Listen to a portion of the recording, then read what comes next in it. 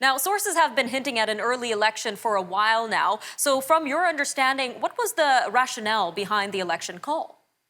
Well, I believe the real rationale of the prime minister was he thinks he can win, and he thinks he can win a majority. I think a further calculation on his part is things aren't necessarily going to get better. We could be into well, we are in the midst of a fourth wave. That could get far worse. Later on in the fall, the economy could be far worse later on in the fall. So I think he just figured out that this was as good a time as any to go to the polls to try to get his coveted majority government. And we mentioned opposition party leaders are also not really reacting positively to this election call. How do the other parties stack up in terms of election readiness here? Yeah, well, although this has not been a popular decision by the prime minister, it comes as no surprise. And so the other political parties and the Liberal Party have been organizing for just such an event. So I think the Conservative Party has upwards of 300 candidates out of 338 already chosen by their respective riding associations. I think the Liberals are behind that. I think they're around 270 or so. So they still have a little bit of work to do to nominate candidates. And the NDP have under 150. So they have to really work hard in the next few days to get more candidates. In terms of money, the Conservatives have double the war chest of the Liberal Party. They've been very adept at fundraising over the last few years, and that includes even during COVID. And so they've got a war chest of $13.5 million, double what the Liberals have.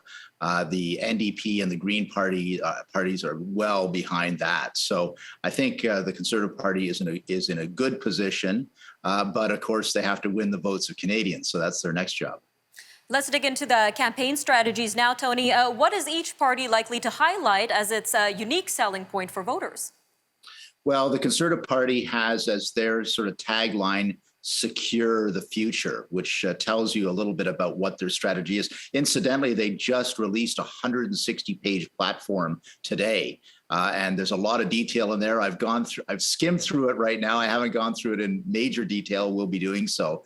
But they've promised billions of new dollars to help small businesses in particular survive the pandemic and be ready to fully reopen, particularly in the tourism and hotel and restaurant sector, but other sectors as well. So they're basically running on an economic plan to bring security to all Canadians. The Liberals, I believe their slogan is forward for everyone.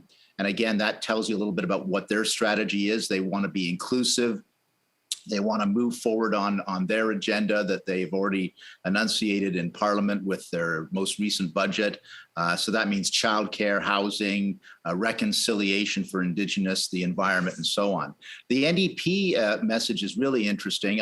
Basically, they're saying, look, the other parties are just the same. If you really want real change, you have to choose us. So it'll be interesting to see how these play out, certainly.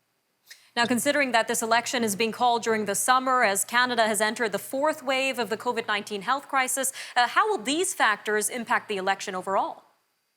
Yeah, this is going to be one of the big questions having this pandemic election. And right now, the Liberals are sitting pretty. 49% of Canadians, when polled, say that they did a good job dealing with the pandemic. If that number starts to slide, if cases really skyrocket, then that could be an additional factor that could lead to the Liberals' demise. So we'll have to wait and see. I think the Conservatives are saying, yeah, pandemic, vaccines, et cetera, but we're looking to the future, and here's our economic plan for the future. So it'll be interesting to see what Canadians decide. Are they gonna vote on past performance with the Liberal government, or are they gonna vote for future promises with the Conservative opposition? Well, we'll definitely have to keep an eye on that, Tony. Always great having you on Forum Daily, and we'll see you again on the show soon, Tony. Absolutely.